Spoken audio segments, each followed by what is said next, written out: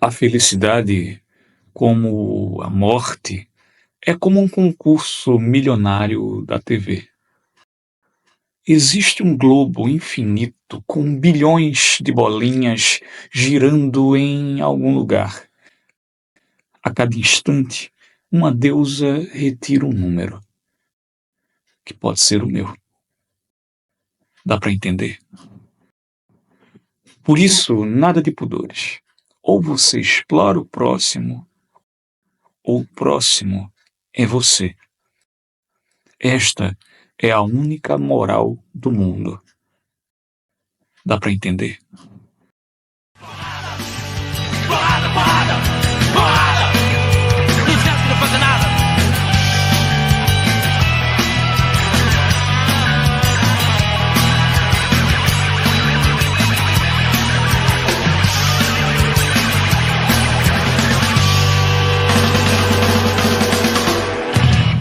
Ah, ignorância, ignorância. A ignorância é uma bênção, é uma bênção. E tomara que você saia dessa próxima hora muito mais infeliz do que entrou. Olha, eu não estou apenas com uma figura que eu gosto, eu estou com uma figura que fez a minha cabeça durante a minha adolescência. Não só ele, teve uma galera que aqui em Recife transformou a cidade, mudou paradigmas e lançou a gente para o universo. Eu acho que até em Marte, em outras galáxias, alguém que tem uma captação muito potente tá lá ouvindo o Chico Sainz Nação Zumbi, tá ouvindo o Mundo Livre S.A., tá ouvindo o Devotos, tá ouvindo uma galera da porra. Eu tô aqui com o Fred04. Fala, João, prazer participar aqui, tamo aí.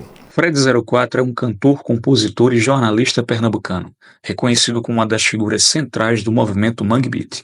Suas letras são marcadas por uma forte crítica social e política, abordando temas como desigualdade, consumismo e identidade cultural. Com mais de 40 anos de carreira, Fred se destaca pela sua habilidade em articular questões locais e globais, utilizando a música como meio de protesto e reflexão. Além da música, Fred é um ativo defensor das causas sociais. Seu trabalho é uma contribuição significativa para a cena musical brasileira e continua a inspirar novas gerações. Então, quem é Fred04?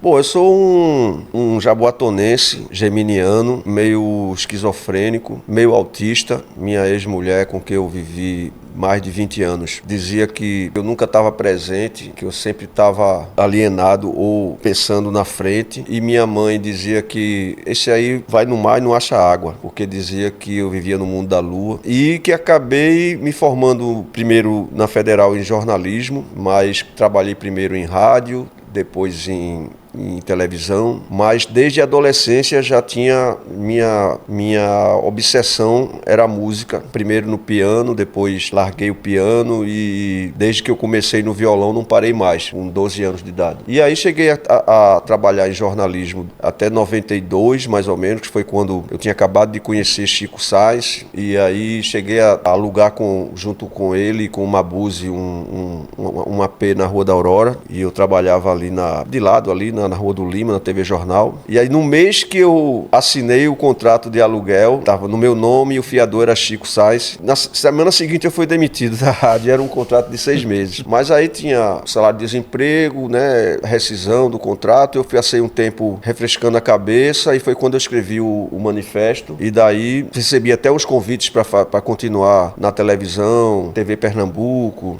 a TV Viva me propôs algumas coisas e tal, mas aí o negócio do Mangue, a viagem ao centro do Mangue, a cooperativa estava crescendo. Foi uma decisão difícil, tinha passado 4 anos na faculdade, tudo, para conquistar aquela notoriedade, digamos assim, a nível local no jornalismo. Você fica meio balançado assim, mas aí a música já estava na veia, né? Mas aí eu quero saber outra coisa. Eu quero saber quem é Fred04, segundo quem não gosta de Fred04. O que é que dizem os seus desafetos? Sou um cara que não consigo exercer a minha atividade na arte, na música, na cultura, dissociado de minhas convicções sociais e políticas. Isso acaba incomodando muita gente e às vezes eu me arrependo de algumas coisas, porque às vezes você fala, eu tenho a língua meio solta e às vezes fala algumas coisas que se arrepende depois e paga algum preço por algumas coisas. Eu, por exemplo, passei 8 anos, né, quando a gente já tinha gravado o disco disco, ganhado vários prêmios e tal. E pá. Eu falei sobre alguns caciques da política aqui em pleno palco, e aí isso me trouxe várias consequências. Entre elas, por exemplo, eu passei quase 10 anos sem tocar no Festival de Garanhuns e outras coisas mais. Então eu sou um cara que, tanto em termos de letras, temas que eu utilizo nos álbuns, como os espaços que eu tenho, por exemplo, as capas dos discos, os encartes, as entrevistas, acabam rendendo alguns desafetos, inclusive na imprensa, na crítica e tal. Então, eu digo que é engraçado que recentemente a gente, pela primeira vez, teve uma postagem, bateu todos os recordes. E quando uma coisa passa de, sei lá, 5 mil, 6 mil curtidas, você começa a furar uma bolha, e eu nunca vi tantos haters. E a coisa mais bacana para um artista é você ter haters. É quando mostra que você tá furando uma bolha, né? E aí a postagem foi sobre, aproveitando o escândalo das queimadas, esse absurdo, ele colocou uma das faixas do último álbum, que foi o Walking Dead Folia, que era justamente a faixa Fake Milho, que aborda o agro, né? Os agrotóxicos e tal, e essa mentalidade tacanha do agro brasileiro. E aí foi muito louco, foi o maior alcance que a gente já teve. Aí colocou a capa do álbum, que é uma capa bem pé na porta mesmo, né? Uma capa que eu concebi, mas quem executou brilhantemente foi um puta designer daqui, o Wendel. Eu não conhecia ele pessoalmente, mas a gravadora já tinha tido uns trabalhos com ele, e eles me mostraram o traço do cara, e aí ele executou, né, uma ilustração que potencializou a minha ideia. A minha ideia era fazer uma foto de um defunto vítima da Covid dentro do caixão, e com uma camiseta com a inscrição "Sorria, você teve alta". Eu acompanhava todos os depoimentos das CPIs na época, e aí o cara teve a ideia de transpor isso para o Carnaval de Olinda. Então virou um bloco de carnaval com um boneco gigante de Hitler, o defunto vestido de palhaço, enfim, virou uma capa muito punk. A capa gerou, os principais portais estamparam a capa na época, quando foi divulgada, mas pela primeira vez teve gente marcando Polícia Federal, marcando alguns bolsonaristas ilustres, até a família sendo marcada no perfil. E desde então estava meio esquecido, que isso aí já foi 2 anos atrás. E essa postagem, eu acho que do mês passado, essa postagem retomou a capa e colocou essa questão das queimadas, né? Bateu o recorde. Então, assim, eu acho que quando você vive num país que há anos vive num contexto de deflagração cultural, de guerra cultural mesmo, assim, cultural, religiosa, política e tal, que inclusive deixou centenas de milhares de vítimas na pandemia, eu acho que nenhum cidadão, seja ele qualquer atividade que exerça no país, se ele tiver um mínimo de influência social, ele tem a obrigação de tentar interferir no processo. Fazer a denúncia, né? E aí você falou de bolhas. A gente, né, pelo menos no nosso tempo, né, meu tempo de juventude, seu tempo de atuação inicial no Mangue Beat, a gente não tinha muito essa questão de bolha, né? E se havia, o Mangue Beat foi um movimento cultural que ecoou tão forte que atravessou todas elas, né? Foi atravessando. Esse grito, ele se calou ou apenas mudou de tom? Não, é porque quando o Mangue Beat despontou no cenário brasileiro, ainda não existia esse paradigma do algoritmo direcionando as inspirações individuais do público, né? O algoritmo foi uma coisa que realmente mudou completamente. Eu tenho um manifesto que foi no álbum Novas Lendas da Etnia Toshibabá, um álbum de 2011, que ganhou o Prêmio da Música Brasileira em 2012. E aí eu escrevi no encarte um manifesto que era a Cyberselva e o Novo Fundamentalismo, enfim, alguma coisa assim. Inclusive, até eu queria corrigir uma informação, a gente vai falar daqui a pouco. Sim, mas você pode, a qualquer momento, mostrar então, o livro, porque isso aqui é uma bíblia. É um livro do Pedro de Luna, que acabou de ser lançado, teve um primeiro lançamento em São Paulo, depois teve um lançamento já em Salvador, Curitiba. A gente está articulando com alguma instituição que queira trazer ele para fazer um lançamento aqui em Recife. E não está nas livrarias ainda, porque houve uma campanha de crowdfunding. Essa primeira tiragem foi bancada por uma campanha campanha de financiamento coletivo, então tem até 2 páginas com o nome de todo mundo que contribuiu. Ainda tem alguma parte dessa primeira tiragem que dá para comprar no link do Pedro de Luna, vocês podem encontrar no Instagram dele, que é Biografia Mundo Livre S.A., e aí tem um link para venda ainda, né, uma parte dessa tiragem. Mas aí uma das coisas que eu acho que ele é uma coisa que uma biografia é muito complicado, porque você nunca tem certeza se você está checando todos os fatos. Então, uma das falhas, um dos buracos que tem nessa narrativa dele, não é fácil, né? Porque o cara em poucos meses escreveu 560 páginas de 40 anos de banda, mas ele diz que nesse disco, o Fred tinha até dito numa entrevista que ia escrever um manifesto no encarte sobre biopirataria e tecnologia e tal, mas desistiu. E aí eu fiquei chateado porque, como esse manifesto não foi parar na internet, porque ele era antagônico, ele era fora do eixo total, as pessoas compartilhavam as músicas bombaram no YouTube e tudo, mas o encarte não foi compartilhado, então é muito difícil de achar. Então, como ele não achou, ele simplesmente não teve o cuidado de checar comigo e disse que eu não escrevi. Mas eu só querendo reforçar, voltando à história, o algoritmo trouxe uma coisa as bolhas vêm daí, né? Uma coisa de comodismo, né? Você se acomoda, você é bombardeado por coisas que são motivadas por decisões digitais que você já tinha tomado antes, ou porque você ouviu uma música no Spotify, ou procurou uma música no YouTube, ou porque você se inscreveu em tal canal, e aí você fica acomodado numa coisa meio passiva. A gente que vem do século XX, a cena do Mangue Beat, por exemplo, o público da gente é um público que cresceu ainda com uma postura de protagonismo de seu próprio background cultural, né? Você ia atrás das coisas. Foi assim que a gente se conheceu. O Chico recebeu uma fita, né? A gente gravou um show, né? Depois de anos de garagem, a gente teve a chance de gravar um show que a gente fez na praia, mesmo ainda banda de garagem, mas rolou um show num evento que era com som bacana na praia da prefeitura, um circuito que teve lá. E por sorte o cara da mesa gostava da banda e gravou. Muita gente começou a acompanhar. No livro fala que Fabinho mesmo, do Ed, estava nesse show e ele fez questão de fazer várias cópias desse cassete. Dava para todo mundo, virou hit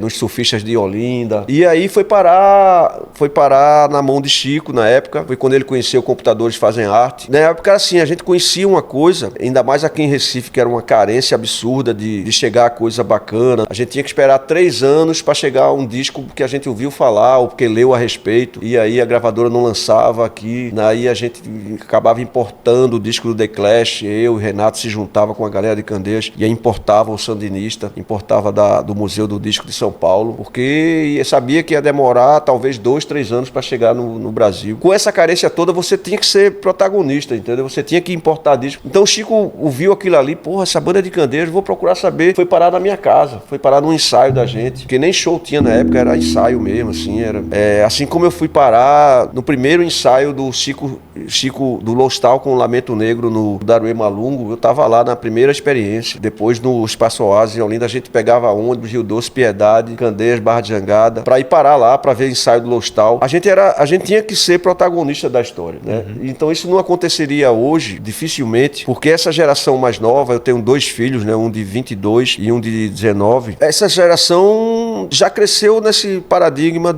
da bolha do algoritmo, né? Assim, quando você falou de algoritmo, você critica, né? Essa diluição da música orientada pelo algoritmo. Em relação ao artista, para ele hoje em dia, o que é que tu acha que mais interessa? É a produção da arte ou a audiência? É muito doido. Hoje mesmo eu vi um cara comentando numa postagem que todo mundo fica agoniado. Tem gente que trabalha com isso, né? Com agência digital, com mídia digital e tal, com marketing de rede social e tal, que são contratados para trabalhar isso. E esse pessoal tem que ficar monitorando as mudanças no algoritmo, porque tem isso também. A lógica para o artista conseguir mais engajamento, digamos assim, é você postar em tal horário, você fazer mais live, você fazer mais compartilhamento disso ou daquilo, ou você fazer uma vez só no dia, ou não, 3, 4 vezes. Então isso aí, isso depende também do gênero que você trabalha, o público que você pretende alcançar. E isso muda, tipo, talvez toda semana ou todo mês. Então, o cara tem que ser um escravo dos aplicativos, entendeu? Escravo dos algoritmos. O cara é muito doido. Tem uma parte desse livro que eu acho que fica bem evidente, que eu acho que eu nem lembrava que eu tinha falado essas coisas, porque são entrevistas que eu dei 10 anos atrás, 15 anos atrás, mas em que eu colocava, por exemplo, quando a gente estava gravando o Novas Lendas, justamente, que foi o primeiro álbum totalmente independente da gente, eu falava isso. Eu tenho, sei lá, 20 músicas prontas, mas pela primeira vez eu não tenho a menor noção de como vou fazer para gravar. E mesmo uma banda que já tinha ganho 2 prêmios APCA, tinha, né, música com milhões de views no YouTube e tudo, né? No caso do Meu Esquema tinha já na época, sei lá, mais de 2 milhões de views. E não tinha a menor noção do que como gravar, porque na época da gravadora, que eram empresas que com o MP3, com o Napster foram demonizadas, né, por aquela postura que rolou na época de fundamentalismo tecnológico. Nessa época, na época das gravadoras, mesmo um artista daqui de Recife, como no caso do Mundo Livre, a gente anunciava, bastava eu anunciar que a gente estava com, como foi no caso de Manuela Rosário, que foi um álbum que a gente lançou em 2003, só o fato de você eu anunciar que estava com o material pronto, que estava com composições novas, que já tinha material para gravar, a gente escolhia. A Eldorado mandava um contrato, a Trama mandava um contrato, a Candeeiro mandou um contrato, e aí a gente acabou escolhendo gravar aqui mesmo pela Candeeiro. Você escolhia. Alguns têm um orçamento melhor, mas não tinha uma distribuição tão boa. Então os formatos de produção e de distribuição variavam de acordo com o tipo de empresa, mas você escolhia, você não tinha que se preocupar. Eu vou ter que pedir um empréstimo, eu vou ter que fazer uma parceria com algum estúdio, como é que eu vou fazer para divulgar e tudo. Então, assim, uma energia que você não gastava na época, essa energia de produtor executivo, de administrador. Eu tava nessa agonia nessa época, porque eu dizia, porra, eu não sou administrador, eu não sou produtor executivo, mas eu não tenho a menor ideia de como esse disco vai sair. E foi um disco que ganhou o prêmio da música brasileira. Comecei gravando com um cara que eu conhecia de São Paulo, que tinha um puta estúdio, Dudu Marotti, que eu tinha feito uma campanha publicitária com ele. E ele ofereceu umas horas livres do estúdio, e aí ele não conseguiu dar conta porque ele começou a ter muito trabalho fora do Brasil. Ele cedeu para mim as coisas que a gente gravou, aí eu trouxe para aqui, para Recife, fiquei fazendo brodagem com um estúdio, com outro, então demorou quase 3 anos para eu conseguir lançar esse disco. Então eu não me lembro mais bem o que foi que tu perguntou, mas... O questionamento era, e você estava no caminho já, se para o artista hoje em dia está mais interessante, né, ele se preocupa mais em produzir arte ou em conseguir audiência, né? Então, é aquela coisa. Parece que hoje, para você sobreviver, para você manter uma carreira sustentável na cultura, não importa o que é que qual é o seu talento. O que importa é a sua capacidade de ser um influenciador. É a sua capacidade criativa de engajar as pessoas. Seja no Instagram, no TikTok, no YouTube, onde for, uma série, com um podcast, com, sei lá. É como se fosse assim, a música passa a ser só uma ferramenta, passa a ser só um pretexto, ou a música, ou a pintura, ou a dança, um pretexto para você se firmar como influenciador. Para vocês verem o quanto essa coisa que Fred fala aqui é pesada, o Rock in Rio, que é o maior evento musical, talvez da América Latina, foi marcado por artistas que conseguiam, dentro do seu show, fazerem TikToks, né? As músicas eram feitas para viralizarem no TikTok, exatamente no tamanho que o TikTok mais viraliza, né? É um negócio assustador para quem acha que a arte ainda é o grau mais alto da capacidade humana, como diria Tom Zé. Mas o que é arte? Rapaz, eu compus uma das letras, uma das músicas, sei lá, que se mostraram mais visionárias naquele período ali do final dos anos 80. Eu compus em 88 e toquei em 89 nesse show que eu falei na praia de Boa Viagem. Se chama Computadores Fazem Arte. E hoje, desde que começou essa polêmica toda em torno da inteligência artificial, isso retomou com força, e isso faz 35 anos que eu compus essa letra, né? O contexto é o seguinte, eu conheci um caba que me apresentou aos pioneiros da anti-arte, que foi um artista plástico que morou em Candeias, quando eu era punk. Ele era mais novo que a gente, chamava Marco Anuar, faleceu cedo com a doença rara, mas ele era brilhante, tanto que ganhou os principais prêmios de novos talentos das artes plásticas de Pernambuco, do Salão das Artes daqui. E ele era fã do movimento punk, ele via a gente todo cheio de corrente na praia, tudo, e se aproximou da gente, fez alguns cartazes de show da gente. E ele me emprestou livros, tal, que me fez conhecer Marcel Duchamp, Hans Arp. O principal era Duchamp, com esse conceito de ready-made, e que tornou célebre quando no salão de 1911 ou 12, sei lá, na França, ele pegou um vaso sanitário, um urinol que ele catou num terreno baldio, botou de cabeça para baixo e escreveu um nome fictício, assim, para um suposto criador, e chamou de A Fonte, se não me engano, essa obra, e ganhou o salão. E foi dali que surgiu o pop, né? Dali surgiu a anti-arte. E depois virou dadaísmo e tal, que aí se estendeu para esculturas reais mesmo. Ele tem uma famosa roda, porque ele botou uma bicicleta de cabeça para baixo também, uma roda invertida. Eu estava tão apaixonado por essa questão. Isso foi uma das questões, por exemplo, que me fizeram ter o meu primeiro antagonismo com o Ariano Suassuna, porque na época eu pagava 2 cadeiras na Federal com o Ariano, e uma delas ele fazia, acho que, aquela história da cultura. E ele simplesmente passava por século XIX, século XVIII, XIX, XX e tal, e simplesmente não citava Marcel Duchamp, dadaísmo. Os caras que revolucionaram a arte na época nunca existiram para um programa de Ariano Suassuna, entendeu? Ele realmente não conseguia entender o pop. Isso eu ouvi da boca de Zé da Flauta uma vez. Não, velho, o Ariano não tem nada pessoal contra vocês, não. O problema é que ele não consegue entender o pop. E aí eu estava tão encantado com isso na época, li vários livros e tal, que eu vou fazer uma música sobre essa parada aí. E aí eu fui na origem de arte, né, etimológica, que uma das origens é Artec, se não me engano, do grego.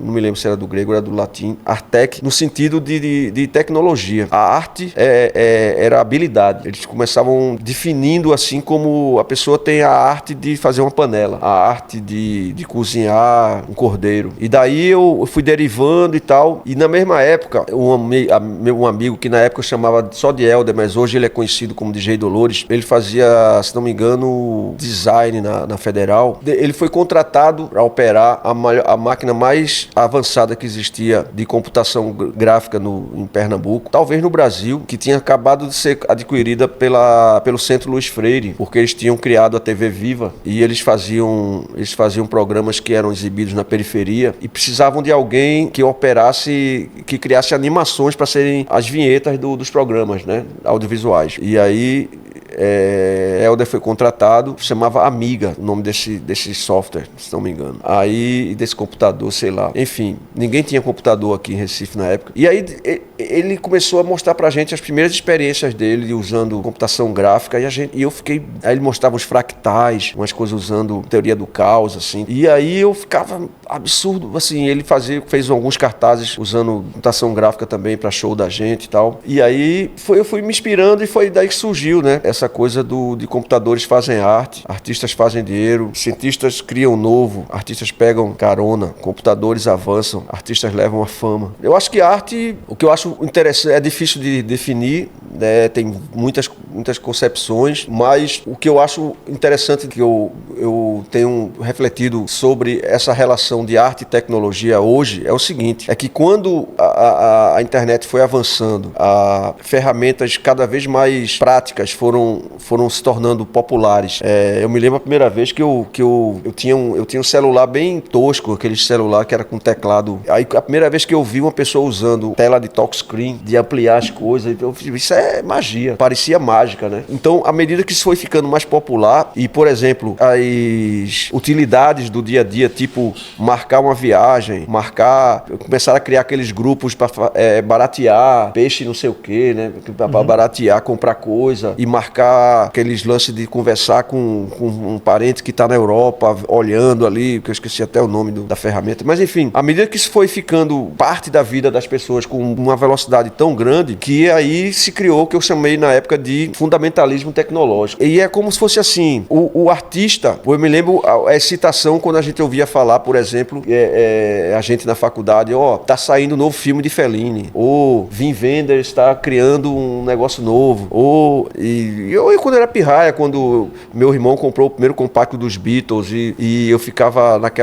tudo que saía sobre os Beatles, a gente ficava excitado. Tudo isso passou a ser... o artista foi ficando cada vez menos relevante, o criador, ou do cineasta, ou do diretor, ou de um artista plástico, ou de uma banda, um músico, um filósofo. O criador foi ficando cada vez menos relevante e os aplicativos ganhando espaço, as ferramentas. É como se fosse toda a criação individual, toda a criação artística, cultural, sendo imolada, sendo sacrificada no altar da tecnologia. Descubra o sabor único de nossas cervejas artesanais. Feitas com ingredientes selecionados e um toque de criatividade, cada gole é uma explosão de aromas e sabores. Seja para relaxar ou celebrar, vá sempre do Chef. Experimente nossa linha APA de frutas tipicamente nordestinas como umbu, cajá e pitanga. Do Chef, a cerveja para quem manda bem. Falando em relevância e em inimigos, né? Talvez você ganhe um inimigo agora. Qual é o grande músico ou banda que você aconselha nunca ouvir? Rapaz, deve existir, mas eu nem conheço, sim, porque eu faço questão de não procurar. A turma fala... às vezes já chegou, por exemplo, uma turnê que a gente fez até poucos anos, logo depois da pandemia, que porra, todo lugar que eu ia, no aeroporto, no check-in, no hotel, em todo canto que eu estavam falando dessa banda, e eu nunca tinha ouvido falar e não queria saber sabe aquela coisa que a vida é muito curta para ouvir música ruim? Entendeu? Assim, hoje em dia tem isso. Como existe esse negócio de bolha, eu não sou o cara que faça o menor esforço para sair da minha bolha no sentido em termos de consumidor, né? Eu tenho cada vez menos paciência, porque todo mundo tá falando de fulano, por exemplo, banda de dupla sertaneja, artista sei lá, de sofrência, artista disso, daquilo. Cara, você pode dizer o nome de qualquer um aí que eu nunca ouvi nenhuma música. Eu não vou atrás, não tenho o menor interesse, não tenho curiosidade. Às vezes eu tô num lugar, numa balada, é muito louco, porque as pessoas parecem super descoladas, usam a roupa certa, o cabelo mais cool, o visual mais bacana. Daqui a pouco toca uma porra, uma desgraceira da porra. E todo mundo tá cantando junto, como se fosse o suprassumo da modernidade. E aquilo ali, eu não entendo como é que os caras estão cantando isso, cara. Se fala do brega funk como movimento brega funk. Eu quero que você me traga o que é que tem de paralelo entre o que você consegue enxergar em um e outro, né? Não precisa dizer se gosta, não precisa dizer se não gosta, mas se quiser falar... Não, eu acho impressionante e eu acho fascinante a capacidade que os produtores, principalmente da batida, do brega funk, têm de construir um troço com muita eficiência e com um grau assim, muito forte, assim, intenso, assim, é muito contagiante. É muito bem produzido. Tem uma coisa de um tosco sedutor, que com certeza é uma galera de periferia, quase todos. Eu já tive a oportunidade de trabalhar com um deles, e que com pouquíssima ferramenta, com pouquíssimo meio de produção, mais precário, com as coisas, tipo, com as condições mais precárias, talvez até com celular às vezes, conseguem produzir um troço com eficiência absurda. Uma sonoridade, timbres, andamento, tudo tudo certeiro. Então nisso aí eu vejo um paralelo com a vibe de Chico Science. Também ele conseguia... eu cheguei a conversar isso com Shevchenko e eu louco uma vez, que a gente tocou no mesmo evento, no Carnaval. E eles falaram que curtia pra caralho o Mangue, não sei o que e tal. E eu falava isso, e eles dizendo, né? Inclusive ele tava com um porrada de pirraia dançando na apresentação que ele fez, os pirraia tudo da comunidade lá, e eles tudo falando que era fã de Chico Science também e tal. É isso, velho, é uma coisa de periferia que na época a gente não tinha empresário, a gente não tinha gravadora, a gente não tinha instrumento profissional. Eu tinha uma guitarra que nem afinava direito. Os caras, e mesmo assim, a gente conseguiu conceber uma cena que era irresistível, com tudo precário que a gente tinha, com as condições precárias que a gente tinha. E principalmente o pessoal lá, do Daruê Malungo e tudo, construía suas próprias alfaias ali e tudo. Nisso, é como se fosse... tem um paralelo aí que a gente pode identificar. Eu até fiz uma versão de Melô das Musas em brega funk no nosso último disco, e no final encerrei com uma trilha instrumental, que é justamente meio que envenenando a batida do brega funk, porque a gente fez um brega funk dub, que chama Melô da Loló Estragada, que a gente utilizou os filtros de delay ali e tal, e uns samples de coisa de frevo, e criou ali um brega funk dub. Para salientar isso, que a batida é muito bacana. Aí tem a coisa do universo, que aí o abismo que existe, e aí eu coloco que tem uma coisa, sei lá, geracional e tudo, e também socioeconômica e tudo, que é em relação enquanto Chico, Jorge, né, não tô nem falando do mundo livre e tal, mas até por essa vinculação com o hip hop, falava dos Panteras Negras, falava de Zumbi, né, da coisa da empoderamento negro e tudo, fez uma festa chamada Black Planet e tal. Os caras falam da raba, da novinha, disso, daquilo. Então, assim, o que eu fico... você dizer, é o lugar de fala deles? É o lugar de fala. Mas eu acho estranho, que é o seguinte, é que uma galera que, por exemplo, a gente já teve que cortar algumas músicas do Mundo Livre, dos shows, né? E músicas que nem tem anos-luz de distância das coisas mais, digamos assim, agressivas que se tocam no brega funk. Mas, por exemplo, eu não vou sair daqui sem ver ela sair da água. Que a gente, em vários lugares, a gente não pode nem tocar. Mas essa mesma galera que tem essa postura bem patrulhadora, assim, tal, num show da gente, se tiver uma balada como Odara ou qualquer outra dessa que começa a tocar, eles não estão nem aí. Acham que é lindo. Dançam até o chão, rebolo e o caralho. Então, assim, como eu estava te falando antes, tem vertentes novas, né? Aí tem um cara como Mago de Tarso, que é um cara de Candeias, inclusive. Não sei se ele é de Candeias, mas ele atualmente mora em Candeias. Ele utiliza, a base dele o universo do brega funk, mas que fala do mangue, fala da herança de Chico Science. Tem João Lopes também, que também tem essa pegada de remeter à geração do mangue e tal. Então, assim, tem uma renovação aí dentro desse universo. Eu espero que disso aí consiga gerar um mix aí, um híbrido. Encontrar o meio termo, né? Entre a batida e a mensagem. Exatamente.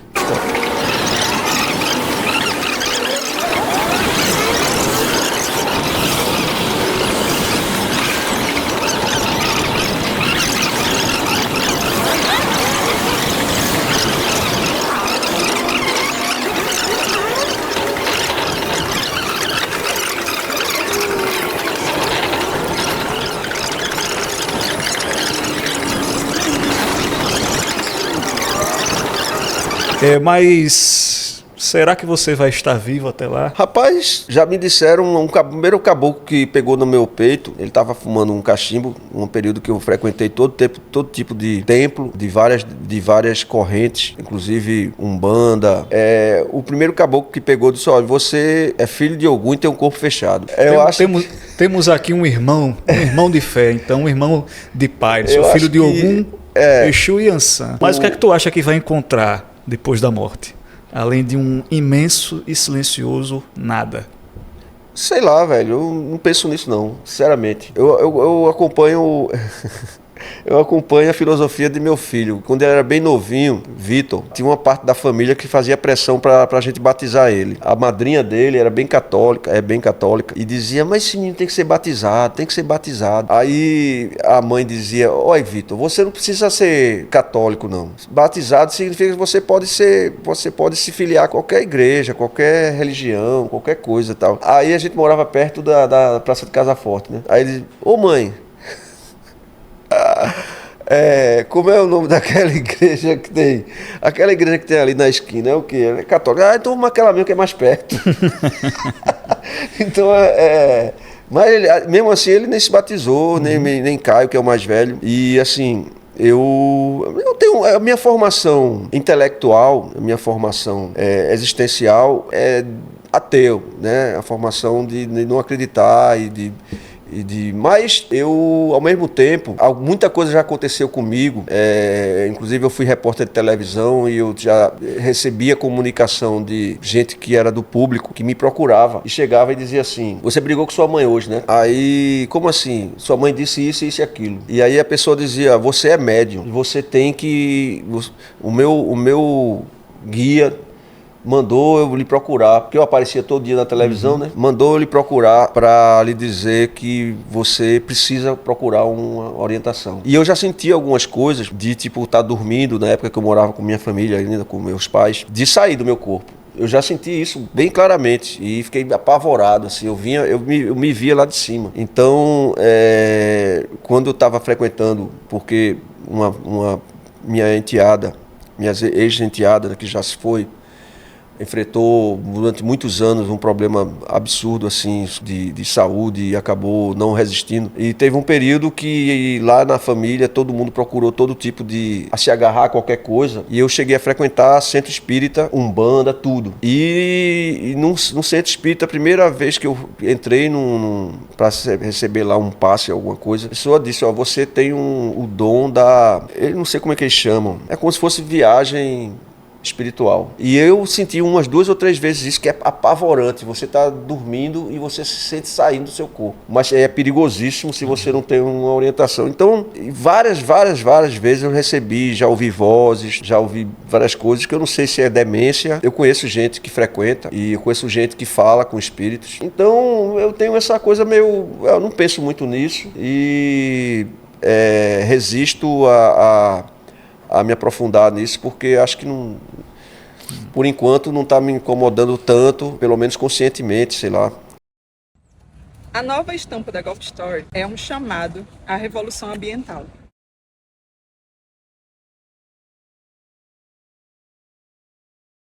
A estampa Revolução Ambiental é mais do que um design. Ela é inspirada na natureza e no compromisso de mudança. O que a gente quer, na verdade, é te convidar para esse movimento em prol da natureza, do mangue, para gerações futuras.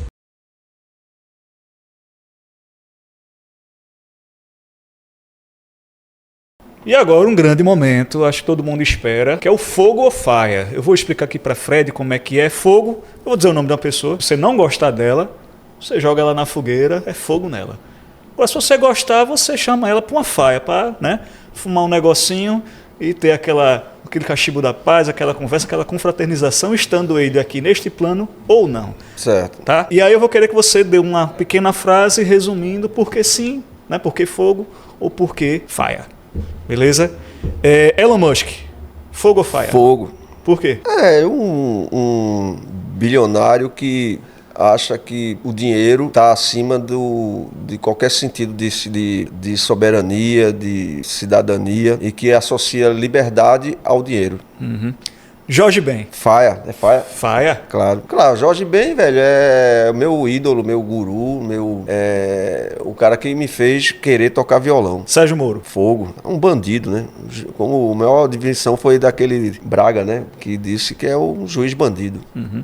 Kleber Mendonça Filho. Faia. Faia? Faia. Tanto o artista, para mim, Bacurau foi uma das melhores coisas que eu já vi, assim, por um diretor brasileiro. Esse último também, que eu assisti várias vezes, o Retratos Fantasmas também, tem uns momentos brilhantes. E como pessoa também, nunca tive motivo para... a gente sempre se deu muito bem e ele sempre foi muito carinhoso comigo. Jair Bolsonaro. Fogo do inferno. Nem precisa, né, velho? É o Hitler de hoje, né? Luiz Inácio Lula da Silva. Faia. É o cara que eu acompanho desde... Primeira vez que eu fui a São Paulo, ainda como universitário, foi num congresso de comunicação em São Bernardo, onde ele, por coincidência, ele tinha acabado de ser preso, ainda na época da ditadura e como líder das primeiras grandes greves do ABC. E desde lá eu acompanho tudo dele, estive em todas as passeatas na época de faculdade, acompanhei a criação do PT, acompanhei a criação da CUT, estive no acampamento lá em Curitiba. Para mim, se houve um cara, se houve um estadista que conseguiu promover uma verdadeira revolução num dos maiores países do mundo, num tempo mais reduzido na história, em termos econômicos, sociais e de cidadania no planeta, foi Luiz Inácio da Silva. Chico Sainz. Faia. Por quê? Chico Sainz também provocou uma revolução conceitual na cultura recifense, pernambucana, nordestina, e não à toa se tornou a primeira avenida, o primeiro túnel, a primeira estátua de Pernambuco que não tem um sobrenome tradicional. Por último, e bem mais importante, João Paulo Guma. É Faia. É Faia. Por que Faia? Porque abre um espaço, está conseguindo estabelecer mais um grande espaço, uma promissora janela para o pensamento, a reflexão positiva, progressista nesse país tão cansado de guerra como é o Brasil. Agradeço. É um momento egolombra, mas todo mundo merece, né? E eu deixo por último uma pergunta muito fácil de se responder. O que é a vida? Rapaz, a vida é um piscar de olhos numa brincadeira chamada Big Bang, que não se sabe de onde veio e muito menos qual o objetivo. Agora olha para aquela câmera ali, ó. Imagina que a pessoa que você mais odeia está te vendo, tá certo? E diz tudo aquilo que tu quer falar para ela, bota para fora todo o ódio que está no teu coração. Rapaz, tomara que tu queime no... Eu quero que você diga primeiro o nome dela. Ah, tá. O anonimato aqui já vale porque ninguém assiste esse programa, tá certo? Ninguém assiste esse programa. Então o anonimato já está garantido. Aqui não, aqui a pessoa tem que falar o nome. Fala a verdade, velho, eu não odeio ninguém, porque acho que não faz bem a ninguém odiar ninguém. Mas todos os fascistas do mundo merecem morrer nas chamas do pior dos infernos. Todos os fascistas do mundo é gente que só, tá? Mas é isso. Mas se tiver um Netanyahu, pronto. Vê que legal, já cabeça branca, né? Cabeça branca. Então, dá aqui a mão, porque a única coisa falsa desse programa é quando a gente pega aqui, tá certo? Beleza. Aí, um abraço. Parabéns, eu queria agradecer aí o convite e quero dizer que a gente tem um show agora dia 13 de outubro em Itabira, esperamos todo mundo lá, em Minas Gerais, e proximamente em novembro em São Paulo, mas a gente vai confirmar ainda, acompanhe nas redes da banda e parabenizar pelo espaço aí, desejar um grande futuro aí. Eu agradeço. Ignorância gratuita, gente, ignorância gratuita. Esse nome deveria ser dito por Eros, né, por Dionísio, enfim, por Hades, por que não? Né? Porque a ignorância é uma bênção, gente. E tomara que você tenha saído dessa última hora muito mais infeliz do que entrou. A essência dos direitos humanos é o direito de ter direitos. O direito de cada indivíduo, por ser humano, a ser tratado como tal, a pertencer à comunidade humana, a existir como pessoa entre os homens. No entanto, este direito fundamental foi brutalmente negado em várias ocasiões ao longo da história, quando massas de pessoas se viram despojadas de sua cidadania e, por consequência, de sua humanidade. Ser privado dos direitos civis e políticos é perder o próprio pertencimento ao mundo humano. É isso o que ocorre nas sociedades totalitárias, onde os seres humanos são reduzidos a meros objetos de manipulação. Porrada, porrada!